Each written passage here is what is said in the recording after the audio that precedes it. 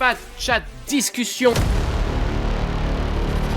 Bon, l'expérience Bicycle, je le cache à personne, hein. C'était une très belle expérience, c'était une très belle rencontre. C'était une rencontre qu'on devait faire depuis si longtemps avec les équipes de Bicycle. J'ai découvert quelque chose d'unique chez Bicycle et je suis content que ça soit en France, en plus. C'est cet artisanat de la création de vélos. Genre en fait, Bicycle, il crée pas des vélos.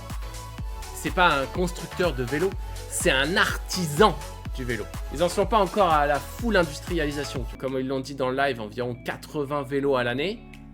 Cette année, on leur souhaite que ça dépasse la barre des 100 vélos à l'année. Mais le travail qu'ils mettent sur leurs vélos, c'est de l'artisanat. Et d'autant plus quand j'ai pu aller visiter l'atelier de Jake, il façonne l'aluminium. Il fait ça aussi pour des carrosseries de moto, genre les Harley Davidson.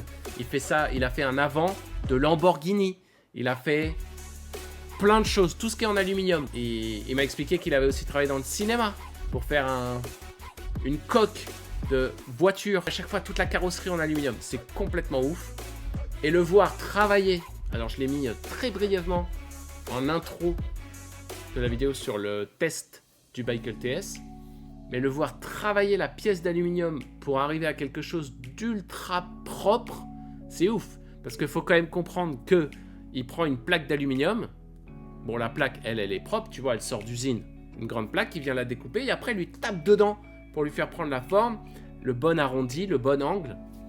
Et après, il vient retravailler pour que ça aplatisse et que ça réaplatisse pour avoir la belle forme de garde-boue. Et quand tu vois ça et que tu sais que les mecs prennent les tubes du cadre et qui font les plis les uns après les autres, cette pièce, elle revient chez Bicycle, que c'est les gars de Bicycle qui soudent les pièces entre eux. C'est complètement dingue. Tu as aussi un autre artisan qui est la selle. Puis tu as le peintre, bien sûr, le peintre du cadre. Le mec de la selle, en plus, il peut même te proposer des peintures sur la selle. D'ailleurs, il y a des exemples sur l'Instagram de Bicycle qui sont complètement dingues avec une peinture, avec une selle peinte. Le vélo d'un des fondateurs, il a une selle violette peinte un petit peu pailletée. Il a un cadre violet qui change de couleur. C'est magnifique. Le vélo, il est magnifique. Moi aussi, ce qui était très intéressant à voir, c'était la recherche qu'il mettait sur chacune des pièces. Parce que finalement, c'est un double travail. C'est pas juste proposer la meilleure pièce. C'est vraiment proposer la meilleure pièce pour aboutir à un vélo qui, dans l'industrialisation, enfin dans le fait d'acheter beaucoup cette pièce, va permettre de le vendre à une catégorie de prix, une autre catégorie de prix, etc. Comme par exemple, ils sont en train de chercher un fournisseur pour avoir des freins full hydraulique pour pouvoir faire du passage entièrement à l'hydraulique et qu'il n'y ait même plus de frein à câble. Donc ça, c'est ouf en vrai. Et maintenant donc avec Bicycle, tout ça pour dire en tout cas qu'on s'est très bien entendu, qu'on a kiffé, en tout cas faire ce live, faire la vidéo. Maintenant, on va voir ce qui se passe. Aujourd'hui, il se passe rien. Ça s'est arrêté là, voilà, c'était un one shot. Mais on garde contact et on espère travailler ensemble pour la suite parce que déjà, il faut comprendre, et ils l'ont dit dans le chat, Bicycle, ils proposent quelque chose que même Super 113 ne propose pas, c'est des accessoires. Et Bicycle, eux, ils te proposent des garde-boue. Ou ils te proposent des guidons. Donc voilà, il y a peut-être des choses à imaginer, à bosser avec eux. On discutera, on verra ensemble ce qui est possible, ce qui n'est pas possible. Mais en tout cas, commencer là-dessus, ça paraît être la bonne décision. On va passer aux news. C'est le Fat Chat Show. Le Fat Chat discussion autour des news du vélo. Première news. Les gars, la Commission européenne a signé la déclaration européenne sur le cyclisme. Pour l'instant, ça veut rien dire, hein. Mais en tout cas, ce que ça veut dire, c'est qu'il y a une vraie volonté de l'Europe à fédérer l'Europe autour du cyclisme. Et ce que j'ai trouvé intéressant là-dedans, c'est qu'il y avait... C'était pas que réduire la vitesse à 25 km/h. Et ça, c'est limite, c'est même pas un sujet dans la déclaration européenne sur le cyclisme. Il faut comprendre que c'est juste des guidelines pour les différents pays, comme la plupart du temps d'ailleurs, quand l'Europe propose des lois ou des choses, c'est la plupart du temps uniquement des guidelines pour les autres pays, afin que il y ait une sorte d'harmonie. Et alors, les sujets, arriver à avoir des voies cyclables, une norme de voies cyclables, et qu'il y en ait plus dans les pays de l'Union européenne. Un travail sur les recharges. Tu connais peut-être Tesla.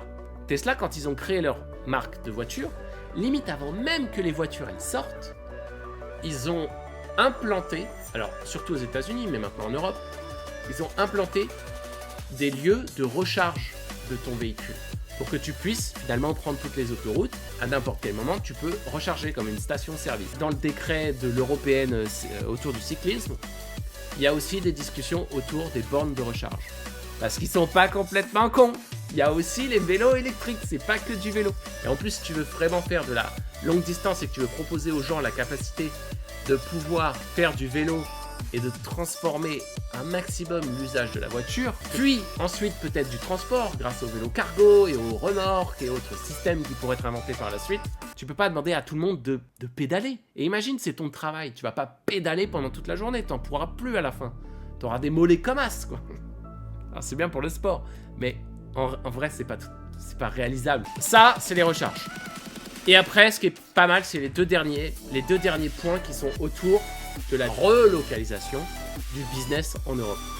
Puisqu'il y a une volonté, avec ce décret européen, de proposer des aides, proposer du soutien à des entreprises, des constructeurs, des usines donc, de vélo et de cyclisme, pour que ça se relocalise en Europe et que ça soit plus entièrement réalisé en Asie. Ce qui est assez logique en fait. Dans les décisions européennes, dans les discussions européennes, il y a une volonté de relocaliser en Europe. Moi, je trouve ça génial. Voilà, c'était la petite news. Encore une fois, hein, je trouve mes news sur Clean Rider, sur Cycling Industry News et Bike Biz. Ensuite, je voulais vous parler d'une news sur Baboe. Ils ont mis sur le marché un vélo cargo. Et c'est là où les Néerlandais, tu vois, ils sont pas là pour rigoler, les mecs. Les mecs, ils sont vraiment pas là pour rigoler. C'est leur service consommateur. Ils ont fait une analyse du vélo, après qu'il y ait eu pas mal de plaintes ou de remontées en tout cas, que le cadre de ce vélo s'effritait et que le cadre, il pouvait casser, il y avait des ruptures de cadre, il y avait des reports de rupture de cadre, et ils pensaient juste avoir à rapporter 10 000 vélos au max, que ça pouvait concerner 10 000 vélos. Et en fait, après analyse, parce que là, ça y est, ils ont fait l'annonce qui rappelait les vélos, c'est 22 000 vélos. Et Baboe, en fait, c'est une filiale du groupe Axel. Et le groupe Axel, il est déjà dans la merde. Alors, next news. Ah oui, je voulais parler de ça parce que ça, j'aime bien. C'est ce porte-bagages avec le porte-abus intégré. Moi, je trouve ça génial. En fait, ce que je trouve génial dans un accessoire vélo ou autre, c'est quand il y a un accessoire qui te permet de pas venir combler ton vélo. Parce que ça, du coup, tu mets ton porte-bagages à l'arrière. Donc, tu le vois avec les barres sur le côté, etc. Il est compatible avec les sacs que tu viens foutre sur les bords de ton vélo. Et en plus, il y a le porte-abus directement intégré. Donc, il doit être un peu plus surélevé, ce qui n'est pas plus mal d'ailleurs, pour un porte-bagages compatible beaucoup de vélos. Et avec le abus qui est là. Moi, ce que j'aime bien, c'est ne pas avoir à utiliser d'une certaine manière les différents emplacements sur le cadre pour mettre tes accessoires. Pourquoi ? Parce que comme ça, tu peux garder ton cadre vide, comme ce magnifique vélo que j'ai derrière moi. Et Super 73, alors si tu vas sur la crate, bah c'est pareil, ils avaient prévu un trou, tu vois la bande là qui est là, c'est la bande pour le U, pour glisser un U. Sauf que dès que tu as une bosse, bah vu qu'il glisse juste, le machin il secoue dans toute la crate à l'arrière, et finalement, ça fait un peu moins bien penser, tu vois. Et ça c'est un peu dommage, parce que avoir un accessoire que tu viens mettre sur ton vélo qui te propose finalement de décupler les possibilités de la sécurité, c'est cool. Voilà, c'est ce que je voulais dire. Passons à la suite. Ah ouais, alors celle-là me fait plaisir. Ça continue. On va en parler après, juste après, parce qu'on a encore bien entendu pris le poste du dérailleur qui a pété un câble cette fois-ci sur les gâchettes. Et donc on va parler des speed bikes. Et je trouve que la Suisse Les mecs, ils sont en avance sur tout le monde. Ils sont en avance sur tout le monde. Si l'Union Européenne, pour une fois, était un peu smart, elle irait regarder ce que fait les Suisses. Les Suisses, ils font ça bien. D'autant plus que, on va en parler un petit peu plus tard dans une des autres news, c'est que le speed bike, en France, là, ça devient un peu débile, mais à genre totalement débile. Donc, les Suisses, les mecs, c'est des visionnaires. Le speed bike, en Suisse, légalement, c'est un hybride entre le scooter et le vélo. C'est-à-dire qu'il lui dit, le speed bike, tu as le droit d'aller sur les pistes cyclables, il faut que tu mettes un casque, c'est obligé. Tu peux donc aller à 45 km/h. Voilà, c'est tout. C'est tout. T'as pas à immatriculer ton vélo. T'as pas à être sur la route. T'as pas des gants. T'as pas à avoir des gants. T'as pas à avoir ci, ça. C'est pas une moto. C'est un vélo qui peut aller sur les pistes cyclables. Et les gens sont pas débiles. Ils vont pas rouler sur les gens. Et encore une fois, ça va encore parler de ça sur le poste du dérailleur, on va y arriver juste après. Mais les Suisses, eux, ils sont en train de prendre de l'avance. Et donc, on arrive justement au magnifique poste de l'ami le dérailleur qui parle de vélo, de nouvelles mobilités. Mais attention, c'est un coup de cœur ou un coup de gueule, mais son avis très tranché n'a pas vocation à engager l'ensemble de la rédaction. Moi, je suis fan du disclaimer. Ce qu'il dit là-dedans, globalement, vous pouvez, je mettrai le lien. Ce qu'il dit là-dedans, c'est il fait un focus sur la gâchette. Et comme il fait un focus sur la gâchette, en vrai, on pourrait dire qu'il fait un focus sur le speed bike. Parce qu'il ne parle pas de cette gâchette qui est autorisée jusqu'à 6 km/h. Et encore une fois, d'ailleurs, il y a plein d'endroits où les gens disent n'importe quoi sur la gâchette. La gâchette, elle est autorisée, c'est pas ça qui rend le vélo interdit. C'est l'ordinateur derrière, s'il limite à 6 km/h ou non, qui rend le vélo illégal. Et la gâchette, elle n'a rien d'illégal. Et un peu vénère contre les gens qui ont un VAE, qui ont une gâchette et qui font n'importe quoi. Mais en même temps, il dit que ça devient complètement débile de mettre ce genre de véhicule hors la loi. Ah oui, la draisienne, quand tu mettais un siège sur ta trottinette et que tu transformais ta trottinette en draisienne, ou quand tu mettais, tu sais, des espèces de petits vélos qu'on est mini-roues, et qu'en fait, de toute façon, il n'y a même pas de pédale là-dessus, c'est directement une gâchette, c'est comme une trottinette finalement. Et alors ce petit truc-là, ils peuvent faire des moteurs qui t'emmènent à beaucoup plus que 25 km/h, pas de problème avec ça, pas de problème, la draisienne c'est bon. T'as la draisienne pour adultes et la draisienne pour enfants. D'ailleurs, je commence à comprendre pourquoi Super 73 peut vendre sa draisienne. Parce que sa draisienne, elle est ouf, elle t'emmène à des vitesses improbables. Mais maintenant, je comprends pourquoi, en fait, c'est autorisé. Parce que, petit décret qui va bien, quoi. Et là, il parle encore des accidents. 42 utilisateurs de DPM. Donc, gyroroue, draisienne, trottinette électrique. Les mecs sont en train de faire des lois pour gérer les speedelecs et ces trucs avec la gâchette pour 42 mecs. Non mais voilà, c'est pas en ville, encore une fois, c'est vraiment des lois qui sont justes, c'est du marketing. C'est du marketing, c'est de la reprise politique, ce truc-là. Qui est-ce qui en chie? Aujourd'hui, ça va être les vélos. C'est juste les vélos électriques. En fait, on veut pas... Ah oui, et en fait, il tourne autour de ça. En fait, on ne veut pas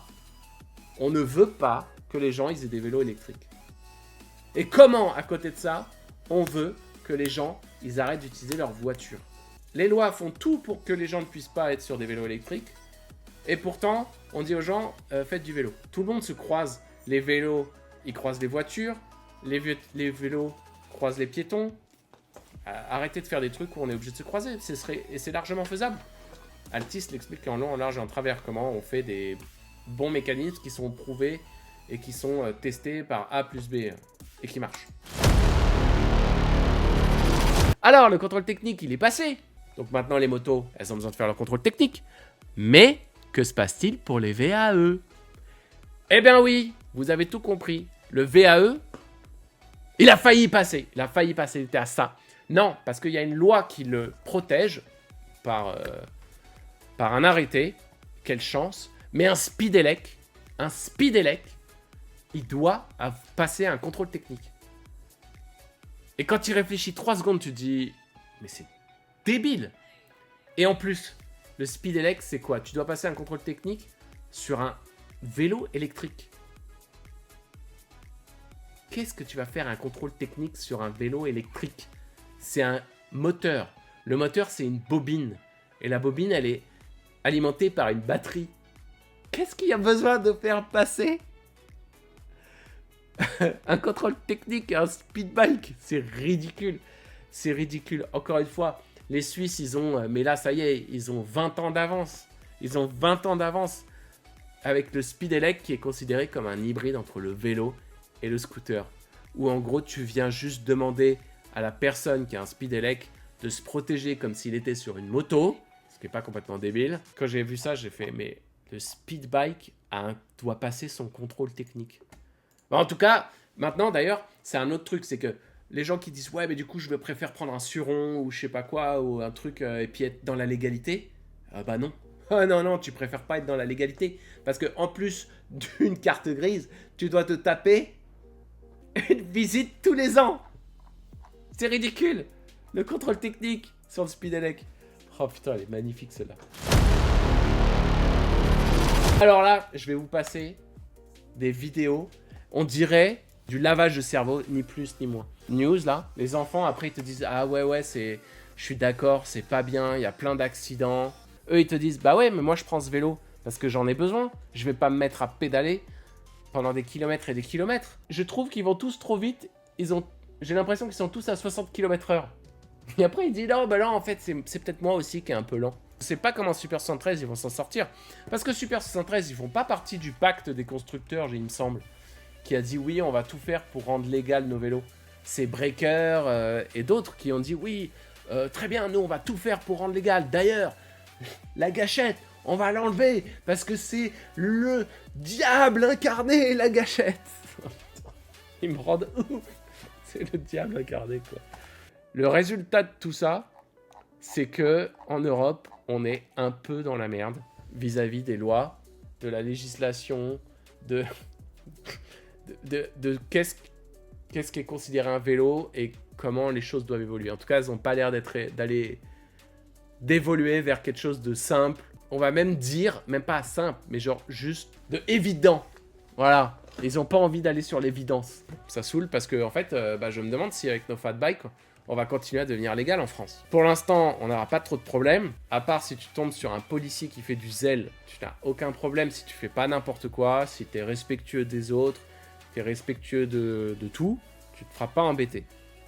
Mais si tu fais n'importe quoi, bah oui, là oui. Mais faut arrêter de mettre des lois sur tout le monde juste parce qu'il y a 3 mecs qui font n'importe quoi. C'est chiant, quoi. Alors, qu'est-ce que j'avais vu qui était intéressant là-dedans? Oui, que les imports réduisaient. Donc, je trouvais ça vachement intéressant par rapport... Il y a toute cette politique de relocalisation sur le cycle. Avoir un maximum d'usines. D'ailleurs, on a vu qu'il y avait un article aussi sur une usine Yamaha qui était là pour faire de l'assemblage des pièces du moteur Yamaha. Yamaha qui propose des moteurs électriques en mid, des mid motors, qui cherchent à gratter du terrain par rapport à Bosch, qui est clairement le leader. Yamaha a une usine en France de moteurs mid-drive pour leurs vélos. On peut noter quand même qu'il y a moins en moins d'importation de vélos, tous les pays confondus. Que le chiffre d'affaires a complètement baissé. Et la Chine encore plus, parce que eux, comme je l'expliquais au dernier live, vu qu'ils se tapent la loi anti-dumping, déjà de base il y a un ralentissement, et en plus le anti-dumping fait 40% pour eux. T'imagines 40% de perdu. Ah oui! On va parler des Jeux Olympiques. Et je me demandais justement où est-ce qu'il va y avoir tout ce qui est vélo, BMX, etc. en France. Je sais pas si c'est à Paris. Alors moi, ce qui me fait peur, c'est qu'à Paris, ils font beaucoup de trucs éphémères. Ils font beaucoup de stades éphémères.